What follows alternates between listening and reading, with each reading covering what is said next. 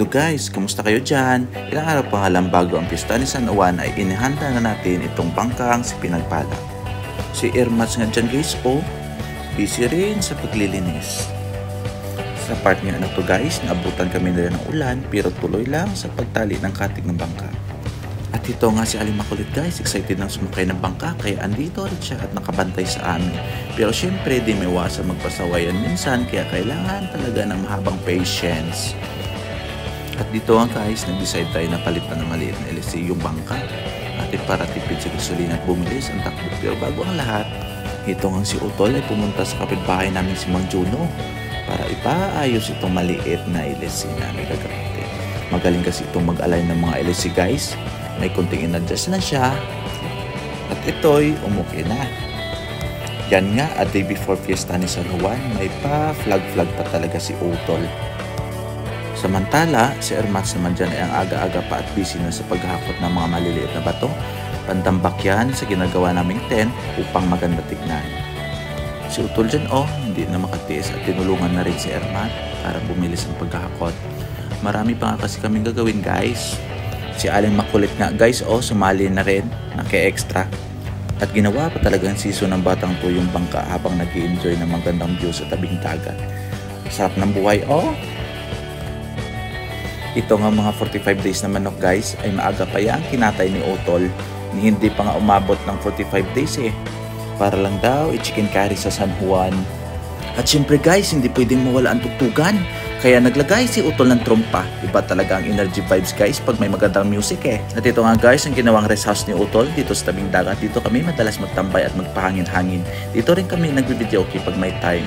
At dyan na nga guys, nilabas natin sa freezer na maaga pa itong ulo ng baboy para i-defrost lamang at i-marinate na ito para madali na lang ating paglilitsyon sa araw mismo ng San Juan. Samantala, busy na nga ako dito guys sa pagpuputal ng kahoy ng nyog para gawin nating pulin. Ang pulin guys ay nagsisilbing gulong sa bangka upang tayo ay hindi na mahirapan pang magbuhat nito papunta sa dalampasigan. Mga around 7 PM nga guys, nag-start na si Utol mag-marinate ng ulo ng baboy para mababad talaga ng overnight. Tinusok-tusok pa talaga niya yan guys para lang manuot sa loob ang mga ricados. Syempre, hindi pwedeng mawala ang dessert. Kaya si Ermats gumawa na rin ng macaroni salad. At ito na guys, ang mga sangkap na gamit ni Ermats. Guys, hindi yan sponsored Ilagay na nga itong fruit cocktail.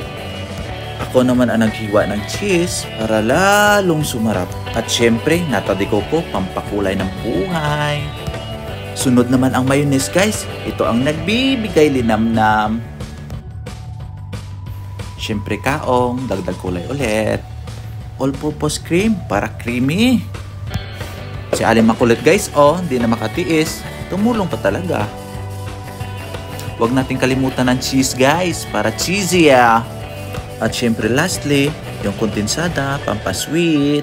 At of course, halo-haloin para combine ang lahat ng mga ingredients. Ito nga ang si Aling Makulit na naman, hindi na nakatiis at tumikim na kahit hindi patapos ang paghahalo ng mga ingredient guys.